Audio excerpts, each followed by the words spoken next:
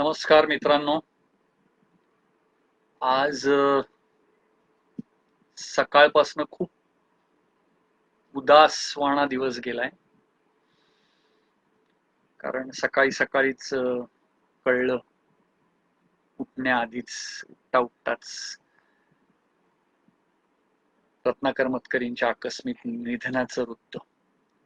आणि ते ऐकल्यानंतर मला तर विश्वास बसेना, कारण की अवघ्या 4-5 दिवसापूर्वीच त्यांच्याशी माझं बोलणं झालं होतं सविस्तर फोनवर मागच्या आठवड्यात. पण दिवस त्याच्यात गेला, सगळ्यांशी फोनाफोनी, लोकांचे फोन येत होते, असं कसं झालं. आणि मुख्यतः आमच्या वस्तीतली सगळी मुलं नाट्य जल्लोषी खूप सैरभैर झालेली. मलाही आवरत नव्हतं सगळं. दुपारी राजचा फोन आला, राज असरोणकरचा. तो म्हणाला, सर, झिम्माड काव्यसंग समूह हा आपलं जे फेसबुक आहे त्याच्यावर तुम्ही आज मतकरींविषयी बोलाल का? तुमचं मतकरीन बरोबरचं जे असोसिएशन आहे त्याच्याबद्दल तुम्ही बोललात तर छान होईल. मी पण विचार केला दिवसभर. सकाळपासून मतकरीन विषयीच्या एवढ्या आठवणी दाटून येत होत्या की म्हटलं या निमित्ताने आपण चर्चा केली तर छान होईल. आणि म्हणून मी राजला म्हटलं, बघतो संध्याकाळपर्यंत मी सावरलो तर बोलूया. पण झालं, पत्रकारांचे फोन येत होते, त्यांनाही सांगायचं होतं. दुपारी आकाशवाणीचा फोन आला, तेथेही लाईव्ह मुलाखत. तर एखादी मोठी व्यक्ती गेल्यानंतर जग किती हादरतं याचं प्रत्यंतर ती मोठी व्यक्ती आपल्या खूप जवळची असते तेव्हा अधिक प्रकर्षाने आपल्याला कळतं. म्हणजे मोठी व्यक्ती गेल्यावर हादरतं जग हे आपल्याला जनरली माहिती होतं, पण ती व्यक्ती आपल्या संपर्कातली असेल तर ते जगाचं हादरणं थेट आपल्यापर्यंत पोचत राहतं. आणि त्याचा अनुभव आला. त्यामुळे मला राजला मी म्हटलं 7 वाजता सुरू करूया. आणि एक एक जण येत आहेत. माझी खूप चांगली मैत्रीण ठाण्यातली, पत्रकार ती नंतर, माझी मैत्रीण प्रथम प्रज्ञा, ती पण मला माहिती आहे की ती मतकरींच्या अत्यंत जवळची, मतकरी तिच्या अत्यंत जवळचे, व्हायसे वर्षा दोन्ही. तर तिने लिहिलंय, सुचत नाहीये अजिबात काही, आणि विश्वासच बसत नव्हता. तर तो ते सगळ्यांचंच झालंय. आज आकाशवाणीवर देखील माझी जेव्हा लाईव्ह मुलाखत झाली तेव्हा सकाळी मतकरींचं एक बालनाट्य त्यांनी दाखवलं, दुपारी मतकरींची संग्रहामध्ये असलेली एक मुलाखत त्यांनी दाखवली. आणि तरी माझ्या लाईव्ह मुलाखतीच्या वेळी ते म्हणत होते की हे अविश्वसनीय घटना घडलेली आहे, अजूनही कोणाचा विश्वास बसत नाहीये, पण त्यांचे सहकारी संयम असं करून ते. त्यामुळे life is like that and we have to accept. Vrushali पण आलेली आहे, राज आलेला आहे. तर मतकरीन सगळ्यात मला भिडलेलं, भावलेलं वैशिष्ट्य जर काय असेल तर मला वाटतं हे सगळ्या निर्मितीक्षम कल्पक लोकांचं वैशिष्ट्य असावं. मतकरी एकदम साधे सरळ होते, एकदम लहान मुलासारखं त्यांचं वागणं असायचं त्या अर्थाने. म्हणजे एकदम सिंपल, सोपं, मनात आलेलं चटकन विचारायचे, बोलायचे. आणि दुसरं, आज आमच्या एका सहकारी आहेत नाट्य जल्लोष मधल्या, मीना लुत्तूरकर, त्यांनी लिहिलं खूप छान. ते म्हणाले, आम्हाला एक मोठे साहित्यिक, थोर विचारवंत असं सगळा परिचय आयुष्यभर मतकरींची पुस्तकं वाचून आणि त्यांचे नाटकं पाहून. ते अचानक नाट्य जल्लोषच्या मिटिंगला यायला लागले आणि आम्ही त्या मिटिंगला जायला लागलो आणि आम्ही नाटकं बसवायला वस्त्यांमध्ये त्यांच्यावर फिरायला लागलो. आणि आमचे ते मतकरी सर कधी झाले थोर साहित्यिकावर ते आम्हाला कळलंच नाही. आणि मग हसणं, जोक्स मारणं, आमच्या बरोबरच वडापाव खाणं, चहा पिणं, जे असेल वस्तीतली मुलं जे त्यांच्यासाठी जे आणलं असेल तेच मला द्या, नो प्रॉब्लेम, असं सगळं त्यांचं पाहिलं. आणि हा इतका डाऊन टू अर्थ माणूस. तर ते एक आणखीन वैशिष्ट्य मला वाटतं मोठ्या माणसांचं, की ती एकदम नम्र, डाऊन टू अर्थ, कुठलाही आव बडे जाव असा नाही. तर आपण आता रितसर बोलायला सुरुवात केलेलीच आहे, पण अधिक रितसर बोलूया. मतकरींचा आणि माझा परिचय व्हायचं खरं तर काही कारण नाही.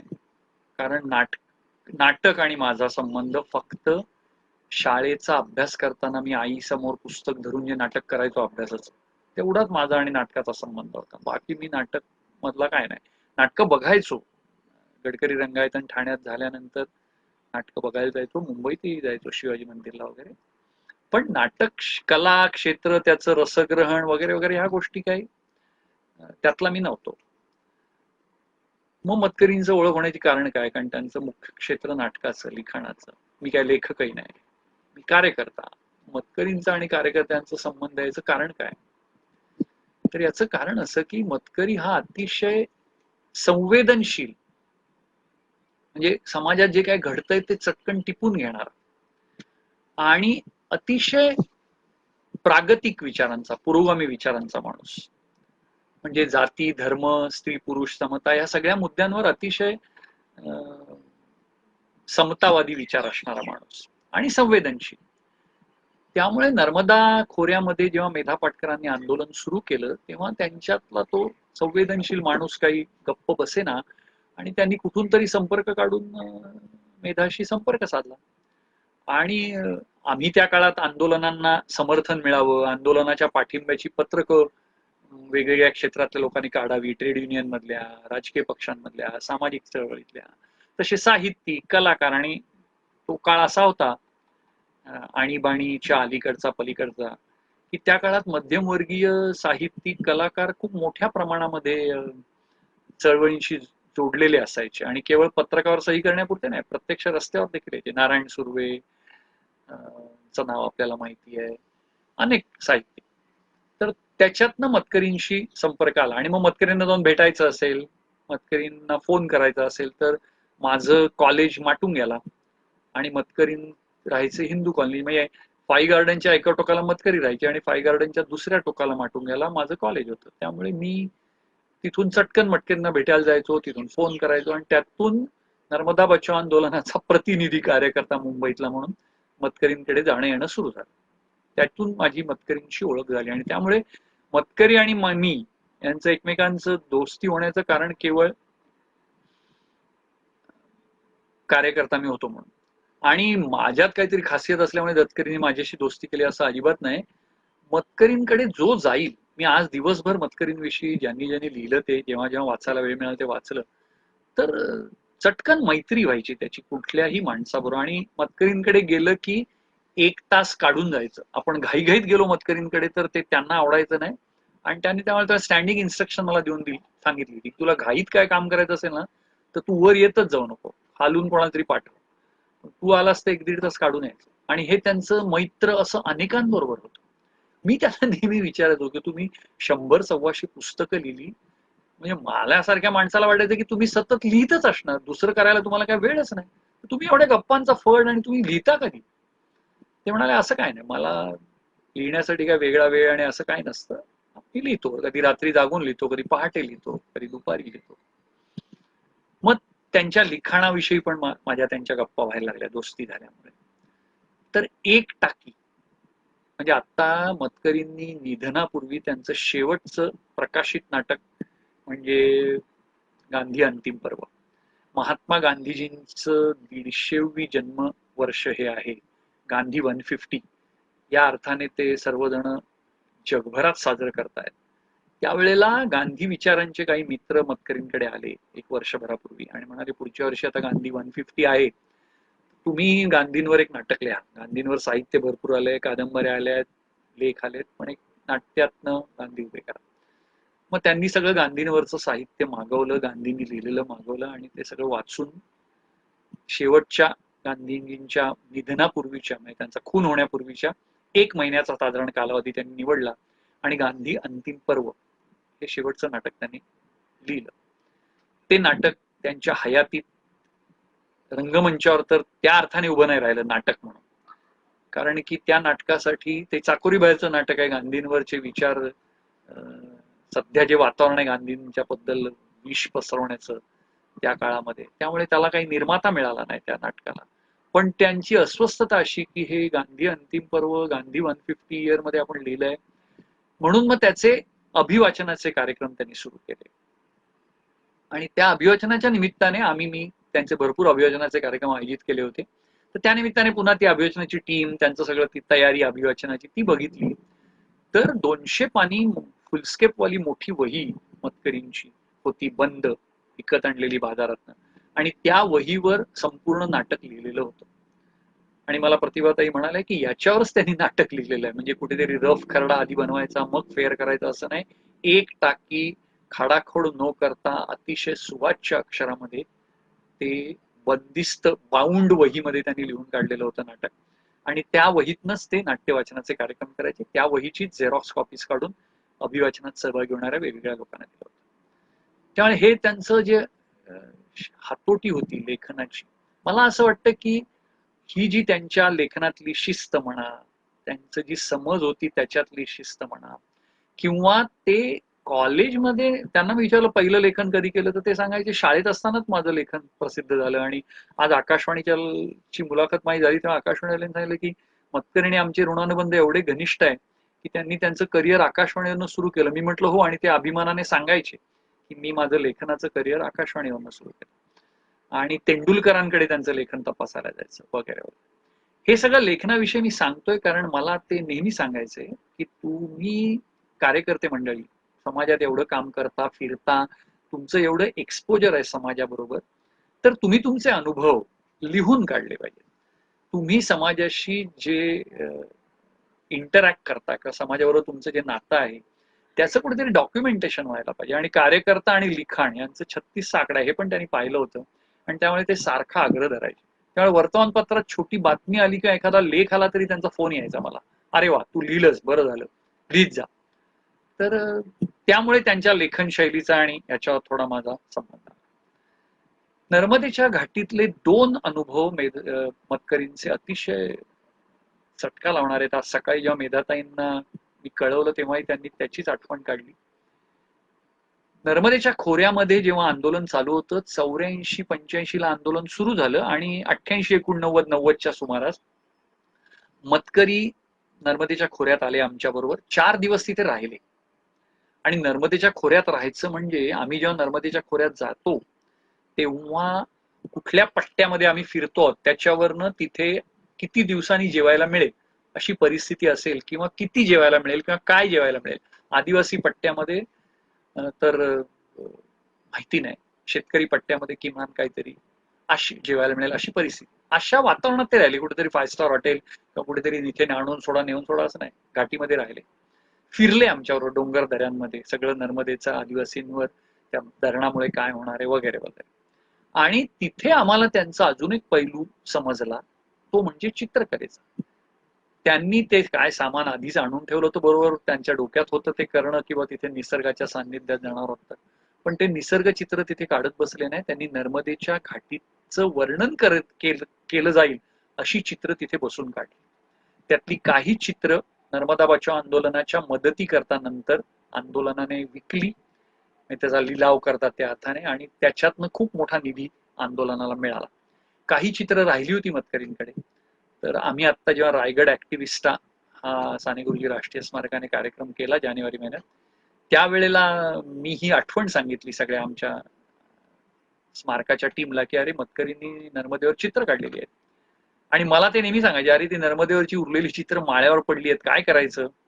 मी म्हटलं अहो नर्मदा घाटीमध्ये सतत आंदोलन, धावपळ असं चालू आहे, ती चित्र नेऊन लावू कुठे मी आणि करू काय, बघतो मी, विचारतो मेधाताईंना, असं मी सांगायचो. आणि ती माळ्यावरच राहिली होती. ते मी आमच्या रायगड ऍक्टिव्हिस्टाच्या टीमला स्मारकात सांगितल्याबरोबर आयडिया आम्हाला सुचली आणि आम्ही मतकरींकडे गेलो. रायगड ऍक्टिव्हिस्टाचे जे चीफ क्युरेटर आहेत राजू सुतार, ते माझ्याबरोबर आले आणि ती सगळी चित्र मतकरींनी त्यांचा नातू त्याला माळ्यावर चढवलं आणि ती सगळी खाली उतरवली. कुठे कुठे खरचटलं होतं त्या चित्रांना, कुठे फ्रेम लूज झाली होती, ते सगळ्या डागडुजी आम्ही केली. आणि साने गुरुजी राष्ट्रीय स्मारकामध्ये मतकरींच्या चित्रांची एक स्पेशल गॅलरी, पद्मश्री दया पवार ग्रंथालय आहे साने गुरुजी राष्ट्रीय स्मारकात, त्याच्या समोरच्या बाजूला आम्ही ती गॅलरी उभी केली. आणि तिथे आलेले सुप्रिया सुळेंसारखे खासदार असतील किंवा आपले पेडणेकर सर, सुहास पेडणेकर मुंबई विद्यापीठाचे कुलगुरू असतील, लोकमतचे संपादक, मुख्य संपादक पात्रुडकर सर ते असतील, जी मंडळी तिथे आली ते म्हणाले अरे मतकरींची एवढी चित्र, आणि मतकरींमध्ये चित्रकला होती हे आम्हाला माहितीच नाही. हे सगळे जण म्हणजे थोर साहित्यिक, याच्या पलीकडे लोकांना त्यांची चित्रकला माहिती नाही. आणि खरं तर मतकरींची मुलगी सुप्रिया ही जे स्कूल ऑफ आर्ट मध्ये होती. मतकरी म्हणाले तिचे रंग आणि तिचे ते कॅनव्हास आणि हे सगळं असायचं घरात, म्हणून कधी कधी मी ते राहिली होती बाजूला ती कला म्हणून ती. मग काही मुलाखतींमध्ये पण मतकरींना विचारलं की तुम्ही चित्रकला एवढी चांगली करता तर मग तुम्हाला चित्रातनं व्यक्त व्हावं असं का नाही वाटलं, तुम्ही लेखनाकडे का वळला? त्याच्यावर ते उत्तर द्यायचे की शेवटी प्रत्येक व्यक्तीची एक कम्फर्ट झोन असतो आणि त्याच्यात मला नेहमी लेखन हे जास्त कम्फर्टेबल वाटत आलं म्हणून मी ते केलं. पण चित्रकलेची आवड होती, हातामध्ये कला होती म्हणून तेही अधूनमधून करतो, असं त्याचं ते उत्तर द्यायचं. तर नर्मदेच्या खोऱ्यामधला हा अनुभव मेधाताई पण आवर्जून सांगतात तिथे येणार लोकांना की मतकरींनी येऊन तिथे बसून चित्र काढलेली होती. दुसरं मतकरींचं आठवण नर्मदेच्या संदर्भातली अतिशय विलक्षण आठवण आहे. मेधाताईंचं अनिश्चितकालीन उपोषण सुरू झालं होतं, वातावरण एकदम टेन्स होतं, संपूर्ण जगामध्ये नर्मदा बचाव आंदोलनाची द्वाही पिटली होती आणि आता शासन काय भूमिका घेणार या उपोषणाबाबत, नर्मदा घाटीतल्या अयोग्य विस्थापनाच्या विरोधात शासन काही निर्णय देणार की नाही, असं सगळं चाललं होतं, आमचं आंदोलनाची धामधूम चालू होती. त्या काळात अरुंधती रॉय या ज्या ज्येष्ठ लेखिका आहेत, ज्यांना अनेक पुरस्कार मिळालेले आहेत आंतरराष्ट्रीय स्तरावरचे लेखनावर, त्यांनी द ग्रेटर कॉमन गुड नावाचं एक दीर्घ निबंध या नर्मदा आंदोलनावर लिहिला. त्या नर्मदा आंदोलनाशी खूप जवळून त्यावेळेला असोसिएट होत्या. तो दीर्घ निबंध जो आहे द ग्रेटर कॉमन गुड, हा पूर्ण नर्मदा आंदोलनावर आणि मेधाताई का ह्या टोकाच्या आंदोलनात उतरल्यात आता बेमुदत उपोषणाच्या, असं विश्लेषण करणारा तो अतिशय चांगला दीर्घ निबंध होता. आमच्या चळवळीतल्या त्यावेळेच्या सहकारी लता प्रतिभा मधुकर यांनी त्या पुस्तकाचं, त्या दीर्घ निबंधाचा संक्षिप्त मराठी अनुवाद केला. तो मतकरींच्या वाचनात आला आणि मतकरी म्हणाले, अरे आपण याचं अभिवाचन करूया. आणि त्यातून द ग्रेटर कॉमन गुड म्हणजे अधिक लोकांच्या भल्यासाठी, बहुजन हिताय असा त्याचा खरळ मराठी अर्थ होईल. पण मतकरींनी त्या दीर्घ निबंधाच्या संक्षिप्त आवृत्तीला मराठीच्या नाव दिलं, तुम्ही तिथे असायला हवं. त्या निबंधात ते एक वाक्य होतं, you should be there, why are you sitting here, we all should be there in the valley with Medha, असं ते वाक्य होतं त्या निबंधात. त्याच्याने मतकरी त्या वाचनाचं 45-50 मिनिटाच्या एंड करायचे आणि तुम्ही तिथे असायला हवं, तुम्ही इथे नका बसू आता, असं ते अपील होतं. फार प्रभावी अभिवचन असायचं मतकरींचं. रेग्युलर नाटकाचे जसे प्रयोग झाले तसे ह्या अभिवाचनाचे महाराष्ट्रभर 50 प्रयोग आम्ही केले. सर्व शाळा, कॉलेजेस, वाचनालय, पब्लिक प्लेसेस मध्ये ते प्रयोग झाले. आणि मुख्य उद्देश हा होता की त्या काळात आंदोलन सुरू होतं, नंतर तर एक प्रयोग आमचा धुळ्यात होता. त्यावेळेला मेधाताईंना धुळ्याच्या जेलमध्ये अटक करून आणून ठेवलेलं होतं. म्हणजे सकाळी आम्ही धुळ्याच्या कॉलेजमध्ये 2 कॉलेजेसमध्ये वाचन केलं आणि मग संध्याकाळी मेधाताईंना जेलमध्ये जाऊन भेटलो मी आणि मतकरी, मला आठवत आहे. तर त्या अभिवाचनाचे जे 50 प्रयोग झाले, तुम्ही तिथे असायला हवं, त्या प्रयोगांमध्ये मतकरी 50 मिनिटं हे वाचन करायचे आणि ते वाचल्यानंतर श्रोत्यांमध्ये, विद्यार्थी असो कॉलेजमधले किंवा वाचनालय किंवा अन्य सार्वजनिक कार्यक्रमात त्या गावातले आलेले नागरिक असो, त्यांना अनेक प्रश्न असायचे नर्मदा आंदोलनावरचे. त्या प्रश्नांची उत्तरं मी द्यायचो. आणि त्याच्यानंतर बाहेर पडताना नर्मदा आंदोलनाचं जे साहित्य होतं त्याचा स्टॉल असायचा बाहेर, तिथे त्या पुस्तकांची भरपूर विक्री व्हायची. आणि ते सगळं जे काय त्यातलं उत्पन्न असायचं, मतकरींचा कार्यक्रम म्हटल्यानंतर त्याला मानधन होतं, सगळी व्यवस्था असायची, ते सगळं उत्पन्न मतकरींनी नर्मदा बचाव आंदोलनाला दिलं. त्यातला एक पैसा स्वतःला घेतला नाही. 50 प्रयोगांसाठी ते महाराष्ट्रभर फिरले. धुळे, जळगाव म्हणजे तो खानदेशचा पट्टा, कोकणातला पट्टा, मुंबई, पालघर परिसरातले कॉलेजेस, अशा सगळ्या भागांमध्ये, पुणे, सातारा, सगळीकडे आम्ही फिरलो आणि हे कार्यक्रम त्यांनी केले. त्या काळात मी त्यांच्यावर जेव्हा फिरलो तेव्हा तो जो पुस्तक विक्री करणारा आमचा एक कार्यकर्ता होता, निर्णय नावाचा, तो गाडीत मग मतकरींना विचारायचा, सर तुम्ही रोज रोज तेच तेच वाचता, तुम्हाला कंटाळा नाही का येत? बघा, एक साधा तरुण कॉलेजमधला कार्यकर्ता होता, पुस्तक विक्रीसाठी आमच्या बरोबर होता, त्याच्याकडे ती जबाबदारी होती सगळी मॅनेजमेंट आणि पुस्तक विक्री. आणि तर तोही, त्याच्याशी पण मैत्र होतं मतकरींचं. त्याने, त्याचं नाव निर्णय कमलिनी रामचंद्र, त्यामुळे तो माझ्यासारखं नाव लावायचा, निर्णय कमलिनी राम, निर्णय करा असं शॉर्ट फॉर्म, संजय मंगो तसं निर्णय करा. मग मतकरी त्याला म्हणायचे, काय रे तू कधी करणार निर्णय, निर्णय करा, अशी मस्करी त्याचे करायचे. तर त्याने एकदा विचारलं, तो पण बिंदास होता, मतकरी सर तुम्ही रोज रोज तेच तेच वाचता 50 मिनिटं प्रत्येक ठिकाणी, तुम्हाला कंटाळा नाहीये? म्हणाल नाही मी कलाकार आहे, आता रिपीट परफॉर्मन्स हे आमच्या हेच आहे. खरं सगळं पणाला लागतं ते संजयचं, कारण की नंतर त्याला वाढवे तिवडे प्रश्न येतात आणि त्याची त्याला एक्सटेम्पो उत्तर द्यावी लागतात. हे ते माझंच कौतुक करायचे. मी म्हणायचो नाही तुमच्या वाचनामुळे एवढी गर्दी आहे. आणि मग खरी त्रेधा तिरपीट उडवायची निर्णयाची, कारण की पुस्तकाच्या स्टॉलवर एवढी गर्दी व्हायची की कधी कधी मी मतकरींना एकटा सोडायचो आणि निर्णयाच्या मदतीला स्टॉलवर येऊन उभा राहायचो की लोकांना पुस्तकं हवी आहेत, सुपे पैसे नाहीत असं. मला सांगायचं हे आहे की मतकरींनी त्या काळामध्ये त्यांची नाटकं गाजत होती, सिरियल्स आल्या होत्या, पुस्तकं लिहिली होती, गूढकथा, एक मोठा माणूस असेच त्यांचा परिचय होता. तो माणूस नर्मदेची कहाणी सांगत फिरतोय, त्याच्यात एक पैशाचा त्याला लाभ नाही. त्याच सर्वसाधारणपणे लेखक, कलावंत, साहित्यिक यांना जे पुरस्कार मिळतात सर्वसाधारणपणे त्याची जे डोमेन एरिया आहे त्याच्यात या कामामुळे काही त्यांचे मार्क वाढणारे नाहीयेत, झाले तर कमीच होण्याची शक्यता आहे. अशा ठिकाणी माणूस हा येऊन काम करतो, म्हणजे त्याला त्याच्यामुळे आपल्या इमेजवर किंवा आपल्या आपण कोणाच्या तरी बॅड बुक्स मध्ये जाऊ शकतो याची त्यांना चिंता नव्हती. एकदा मेधाचं उपोषण चालू असताना कोल्हापूरमध्ये त्यांना पुरस्कार कुठल्या तरी संस्थेचा होता म्हणून ते पुरस्कार घ्यायला गेले आणि विलासराव देशमुख मुख्यमंत्री होते, ते व्यासपीठावर होते. आता मतकरी पण दिवंगत आणि विलासराव पण दिवंगत, पण घडलेली घटना सांगतो. आणि मतकरींचा सत्कार झाला विलासरावांच्या हस्ते आणि मतकरी बोलायला उभे राहिले, म्हणाले तुम्ही इथे कशाला आलात मुख्यमंत्री महोदय, माझा सत्कार दुसऱ्या कोणी केला असता, पुरस्कार मला दिला असता तरी चाललं असतं, तिथे मेधा पाटकर उपोषणाला बसलीये, त्याचं काहीतरी बघा. हे जाहीर तो माणूस बोलला. एका ठिकाणी साने गुरुजी राष्ट्रीय स्मारकाशी ते सुरुवातीपासून जोडलेले होते, ट्रस्टी होते सुरुवातीला महास्मारकाचे, उपाध्यक्ष होते. त्यावेळेला साने गुरुजींचं जे जन्मगाव आहे पालगड, आता साने गुरुजींचं राष्ट्रीय स्मारक आपण रायगड जिल्ह्यात आहे आपलं, पुढे रत्नागिरी जिल्ह्यात दापोलीच्या रस्त्यावर पालगडला त्यांचं जन्मगाव आहे. त्यांचं जे जन्मघर आहे ते पण स्मारकाने घ्यावं चालवायला, असं महाराष्ट्र सरकारबरोबर आपण केला सगळा व्यवहार. आणि त्यावेळेला प्रमोद नवलकर सांस्कृतिक मंत्री होते, बीजेपी शिवसेनेचं सरकार होतं. तर त्या कार्यक्रमाला उपाध्यक्ष या नात्याने आणि साहित्यिक या नात्याने मतकरी पोचलेले, कार्यक्रमाच्या स्टेजवर वाट बघतायत आणि मंत्री महोदय ना भरपूर उशीर झाला यायला. मतकरी म्हणाले मी जातो, मला नाही बसायचं इथे. त्यामुळे राजकीय पुढारी आणि मंत्री संत्री याच्या बाबत तर त्यांना नेहमी एक त्यांचं असायचं की ही मंडळी म्हणजे यांचा फार मुलाहिजा आपण बाळगू नये, ते आपले सेवक आहेत, हे ते कृतीत आणायचे. म्हणजे नाहीतर आपण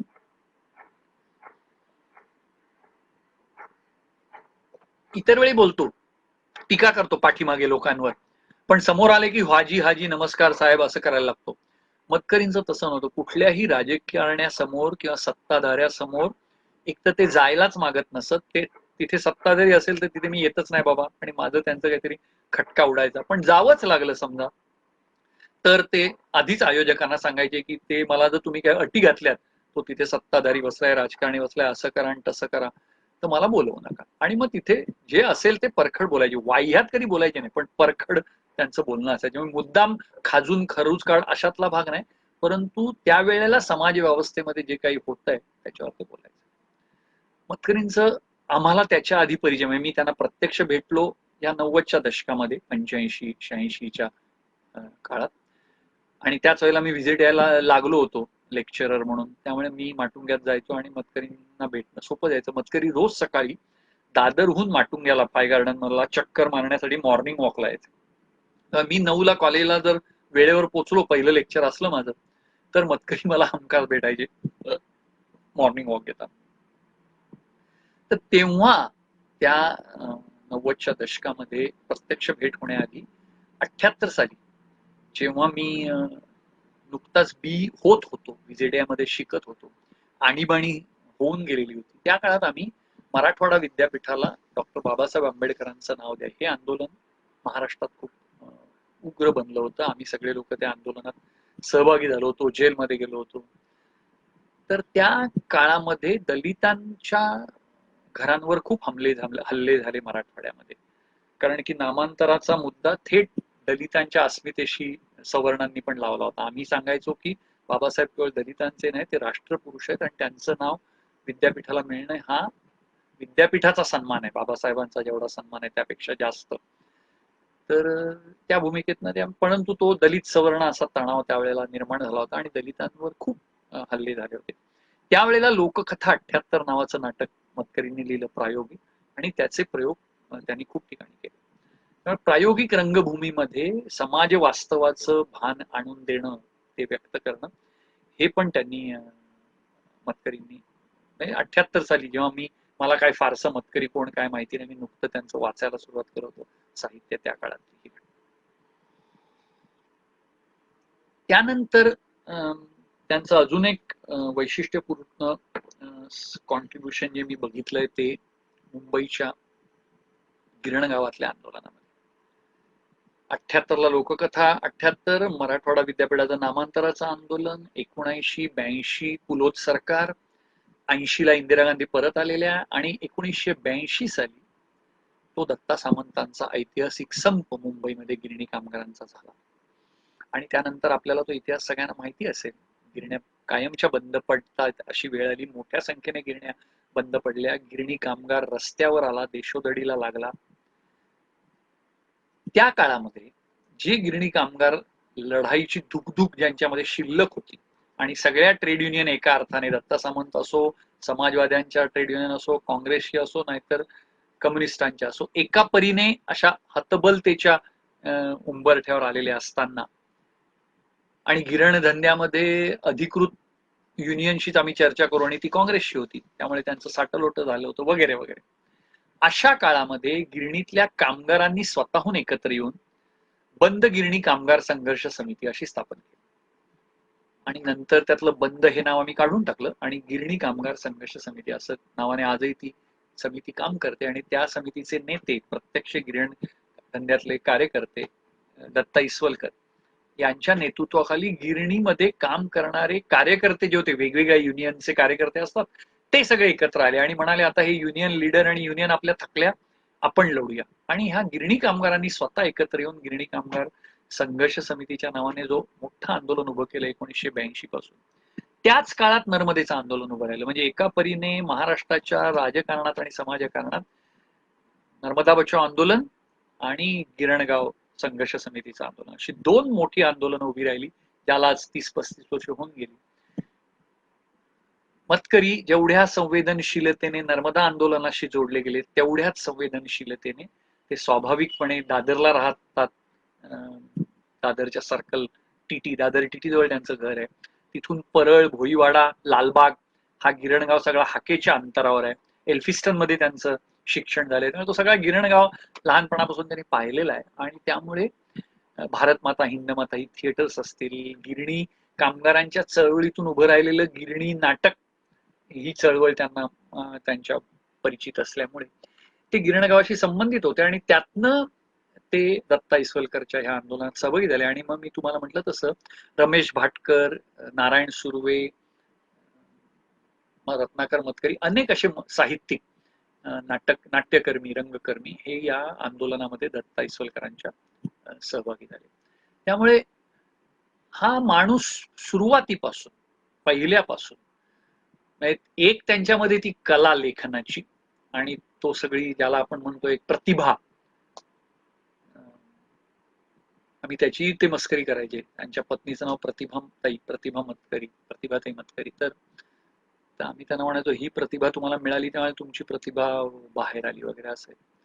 तर ती प्रतिभा त्यांच्याकडे होती, पण त्यापेक्षाही जे संवेदनशील मन त्यांच्याकडे आहे आणि त्याच्याप्रमाणे रिस्पॉन्ड करण्याची त्यांची जी सहज प्रवृत्ती आहे, लपवून छपवून ठेवायचं किंवा काहीतरी स्वतःच्या फायद्यासाठी आपल्या उर्मी दाबायच्या असल्या भानगडीत ते कधी पडले नाही. आणि सरळ थेटपणे राजकारणावर भाष्य करणं, राजकारणावर लिहिणं. त्यांचं नाटक त्यांनी मध्यंतरी एक ड्रामा पार्टी असं त्यांनी केलं होतं.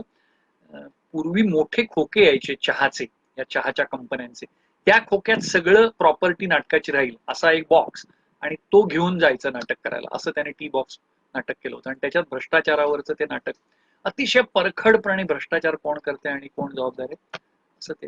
तर त्यामुळे राजकीय प्रश्नांवर, समाजात घडलेल्या घडामोडींवर एक परखड भाष्य करणं, समतावादी भूमिका घेणं, हा त्यांचा पिंड होता. म्हणजे इट इज बाय डिफॉल्ट तो त्यांचा DNA होता.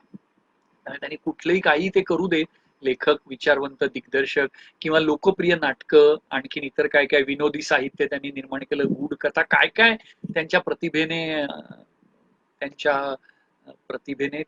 हे काय काय आपल्याला दिलेलं आहे. परंतु त्यातलं हे जे संवेदनशील मन आहे त्यांचं आणि परखड स्वभाव आहे, त्याच्यामुळे महाराष्ट्रातल्या समाजकार्याला खूप मोठं पाठबळ मिळालेलं आहे. तुम्ही कुठल्याही समाजकार्यातल्या कार्यकर्त्याला विचारलं, निखिल वागळे निर्भय बनो आंदोलन या नावाने एक मोठी टीम महाराष्ट्रामध्ये, मुंबईमध्ये विशेषतः काम करायची आणि दडपशाही कुठल्याही प्रकारची, जशी आज आपण अभिव्यक्ती स्वातंत्र्याचं बोलतोय, तशी दडपशाही तुम्हाला माहिती आहे, निखिल वागळ्यांवर अनेकदा हल्ले झाले आणि त्या काळात नाही कधी आम्ही म्हणू ते हम करे सो कायदा ही प्रवृत्ती समाजात असते. त्या विरुद्धच्या आंदोलनात, निर्भय बनो आंदोलनात देखील मतकरी एकदम आघाडीवर असायचे. म्हणजे तेव्हा अनेक लोक सांगतात की साहित्यिक कचरायचे भूमिका घ्यायला.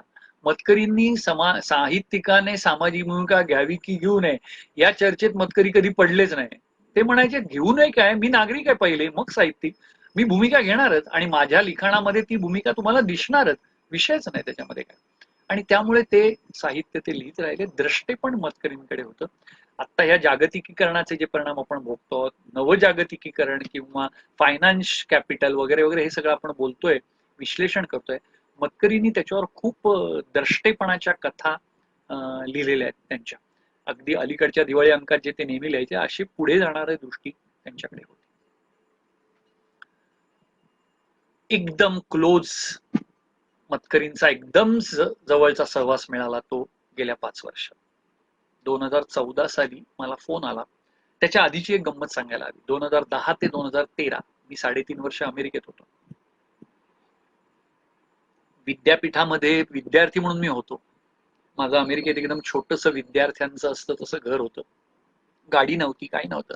मी युनिव्हर्सिटीच्या बसने युनिव्हर्सिटीत जायचो आणि मित्राच्या गाडीमध्ये बसून सामान आणायला जायचो. ते मला आणून द्यायचे. मतकरींना बृहन महाराष्ट्र मंडळ जे आहे अमेरिकेतलं, त्यांनी प्रमुख पाहुणे म्हणून बोलवलं होतं आणि त्यामुळे ते अमेरिकेत आले होते. मग आम्ही आमच्या गावामध्ये त्यांना, महाराष्ट्र मित्रमंडळ आमचं होतं, त्याच्या वतीने आमंत्रण दिलं आणि मग ते माझ्याकडे येऊन राहिले 4 दिवस. तर गावामधले महाराष्ट्र मित्रमंडळाचे सगळे पदाधिकारी, सगळे कार्यकर्ते हे अमेरिकेतल्या वेगवेगळ्या कंपन्यांमध्ये असलेले, मोठ्या मोठ्या पदांवर असलेले स्टार, सगळे 2-2 गाड्या, मोठे बंगले, मोठी घरं असे. आणि त्यामुळे 4 दिवस आमच्या गावात मतकरी राहणार, तर कोणाच्या घरी ते राहणार रात्री त्याच्यावर त्यांची नुसती मीटिंग मध्ये चढाओढ. मतकरींनी कळवून टाकलं की मी संजय मंगोकडे राहणार. लतिका माझ्याबरोबर होती. लतिका म्हणाली, अरे आपलं हे छोटं घर, एकच बाथरूम, आणि मतकरी आणि प्रतिभा ते येणार, बापरे कसं काय होईल. मी मतकरींना कळवलं, अहो तुम्ही म्हणताय सगळं खरंय. ते म्हणाले काय नाही, तुझं कितीही छोटं घर असू दे, मला कोणाकडे जायचं नाही, मी तुझ्याकडेच राहणार. आणि ते माझ्याकडे एकदम आनंदात राहिले आणि मला ते म्हणाले, मी का तुझ्याकडे राहिलो, मला मोकळेपणा लागतो, मला आडपडदा न ठेवणारी माणसं आवडतात. त्यामुळे कोणाच्या घरी जाऊन राहायचं म्हटलं तर ज्याच्याशी माझं चांगलं संबंध आहे त्यांच्याकडेच मी राहतो. मग मी मनातल्या म्हटलं ग्रेट, आपल्याला निवडलं मतकरींनी. आणि आम्ही खूप दडपणाखाली होतो पहिल्या दिवशी, मतकरी येणार म्हणजे आता कसं त्या छोट्याशा घरात सगळं सांभाळायचं. पण ही एन्जॉयड लाईक एनिथिंग. आणि मग आमच्या पूर्ण युनिव्हर्सिटी फिरले, युनिव्हर्सिटीतली सगळी डिपार्टमेंट्स पाहिली, सगळं समजून घेतलं.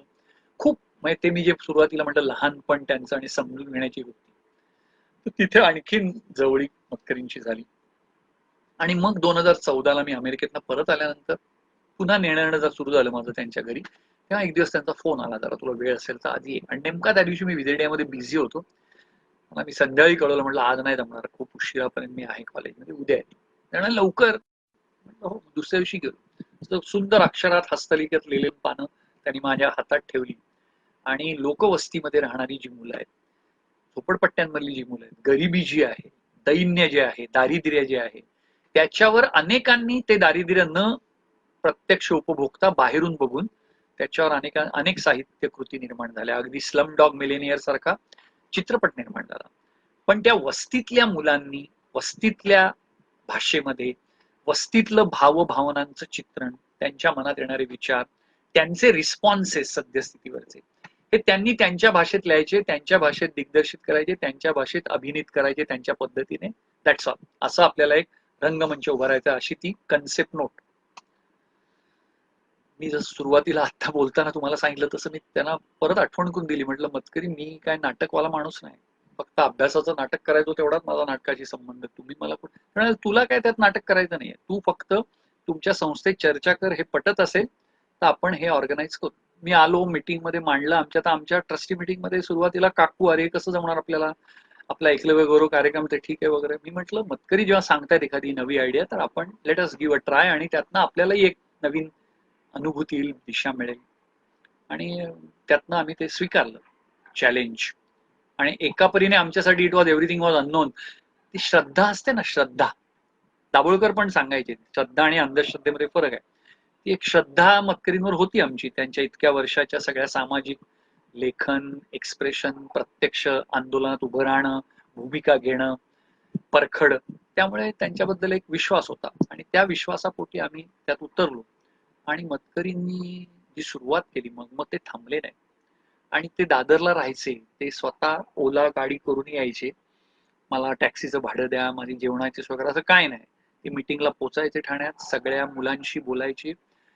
एकदा लतिकाला म्हणाले मला नुसतं इथे बोलून नाही चालणार, मला प्रत्यक्ष ती मुलं कुठे राहतात ते जायचंय. मग 4-5 वस्त्यांमध्ये फिरले, त्या गटारींच्या कोपऱ्यावरनं हळूहळू. 75-76 वर्षे वयाचा माणूस हा, आणि सगळीकडे फिरला वस्त्यांमध्ये आणि प्रत्यक्ष बोलायचा, बायकांशी बोलायचा, आयांशी बोलायचा, म्हाताऱ्या माणसांशी बोलायचा.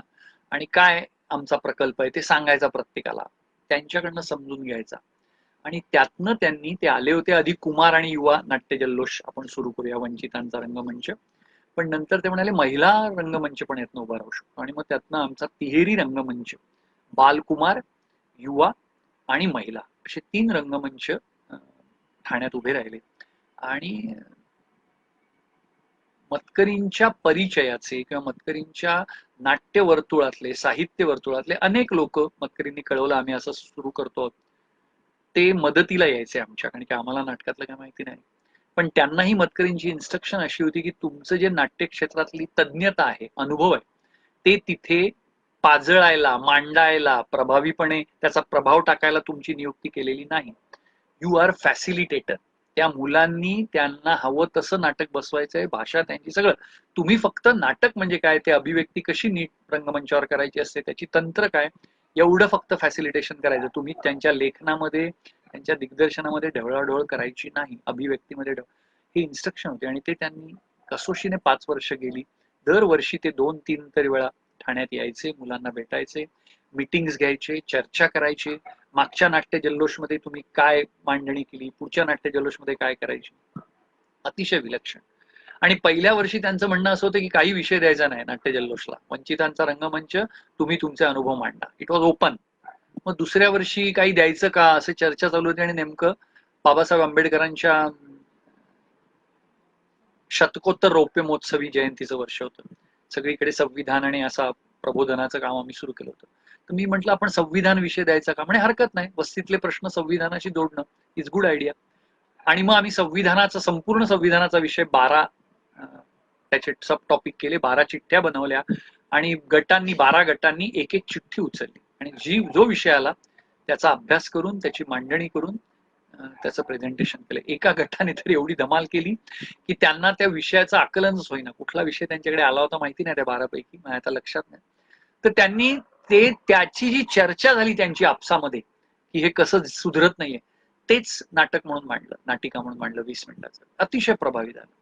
त्यामुळे असे प्रयोग करण्याची त्यांनी मुलांना संधी दिली. नंतर मग समस्या का समाधान, एकदा समस्या, आमची वस्ती आमच्या समस्या असा टॉपिक देऊन सगळ्या समस्यांवर, दारूचा प्रश्न वस्तीतला, पाण्याचा प्रश्न, स्वच्छतेचा प्रश्न, शिक्षणाचा प्रश्न, वस्तीतल्या नगरसेवकाच्या दादागिरीचा प्रश्न, असे सगळे प्रश्न मुलांनी मांडले. अतिशय म्हणजे रंगमंचावरचे जे मकरंद अनासपुरे, उदय सबनीस, राजू इनाम, अशी वेगवेगळी नाट्यकर्मी मंडळी तिथे आली. ते सगळे म्हणाले बापरे, एवढं बेधडक थेट मांडणी आम्ही आमच्या रंगमंचावर पण करत नाही. ते मतकरींनी म्हणजे एक आत्मविश्वास या मुलांना दिला. आणि आम्ही आमच्या एकलव्य गौरव पुरस्कारातनं आलेल्या मुलांचं ट्रेनिंग म्हणजे काय, त्यांना पुस्तकं वाचायला दे, त्यांचे अभ्यास वर्ग घे, त्यांची शिबिरं घे, असे आमचे उपक्रम. त्याला एक वेगळं वळण मतकरींनी दिलं की आता तुम्ही तुमची नाटकं बसवा, तुमचं विषय, तुमचे आकलन तुम्ही नाट्य पद्धतीने मांडा. That was a great transformation in their life. आणि पुस्तकाचा कंटाळा असणारी मुलं नाटक करायला लागली आणि नंतरच्या राऊंडला नाटक अधिक प्रभावी करायचं असेल तर पुस्तक वाचलं पाहिजे, अभ्यास केला पाहिजे, रिसर्च पाहिजे. हे मतकरीन सांगितल्यावर ते त्यांना पटलं आणि मग आपला कलाकृती अधिक चांगली व्हायला पाहिजे तर मग आपण अभ्यास करू.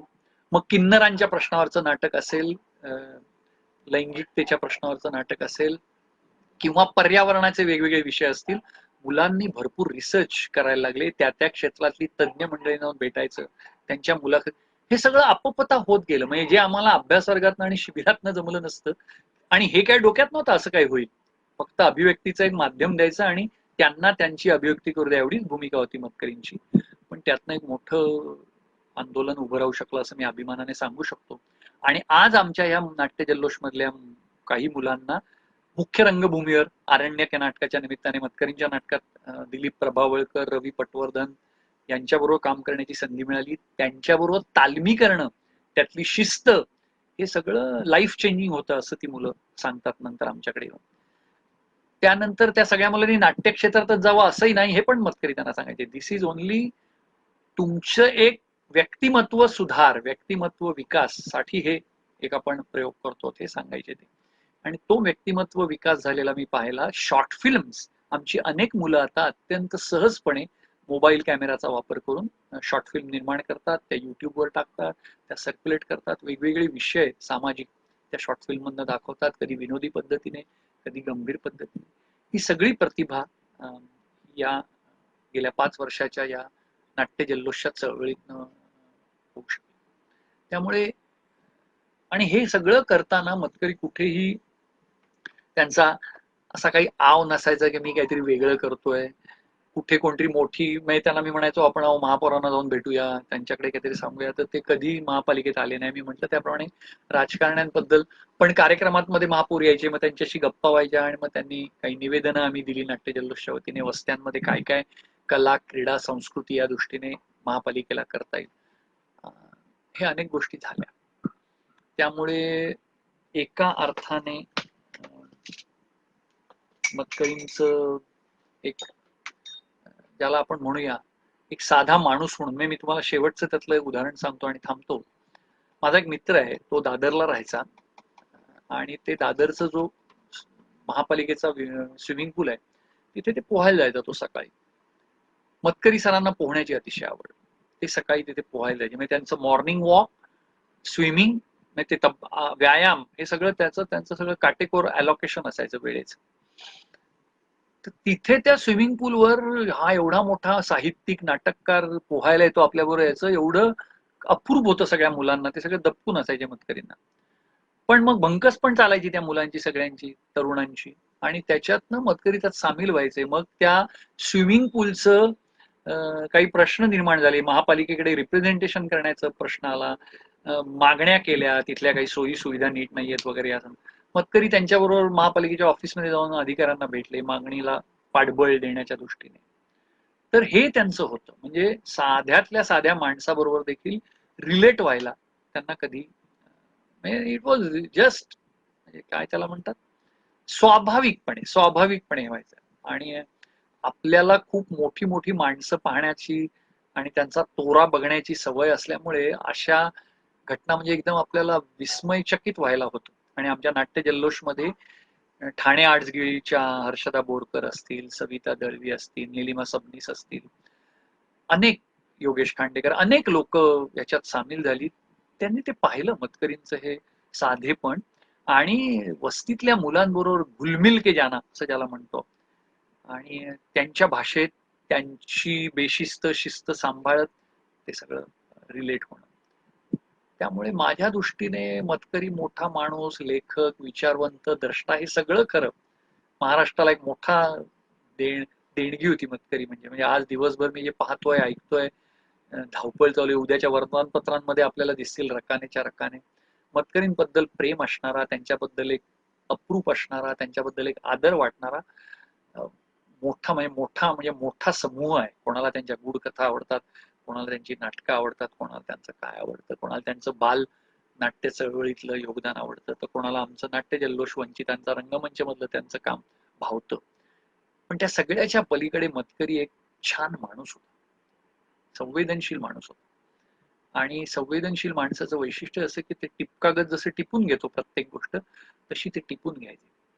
त्यांच्याकडे गेल्यानंतर 1-1.5 तास पुरायचा नाही त्यांना, कारण की त्या 2 भेटींच्या मध्ये समाजामध्ये जे काही घडलं असेल ते त्यांच्या कानावर जे आलं असेल त्याच्यावरची त्यांच्या प्रतिक्रिया ते चर्चा करणार, आणि त्यांना माहिती नसलेल्या मला माहिती असलेल्या गोष्टी ते माझ्याकडनं. आणि हे केवळ माझ्या एकट्या बरोबर नाही, त्यांच्याकडे कोणी प्रोड्युसर गेला, कोणी डायरेक्टर गेला, कोणी कलाकार गेला, कोणी कार्यकर्ता गेला, कोणी पत्रकार गेला, मुलाखत घ्यायला गेला, भेटायला गेला, ते गप्पा मारणार, माहिती करून घेणार, समजून घेणार. तर हे जे त्यांचं एक निरागसपण आहे, मला असं वाटतं की हे त्यांच्या मोठेपणाचं रहस्य आहे.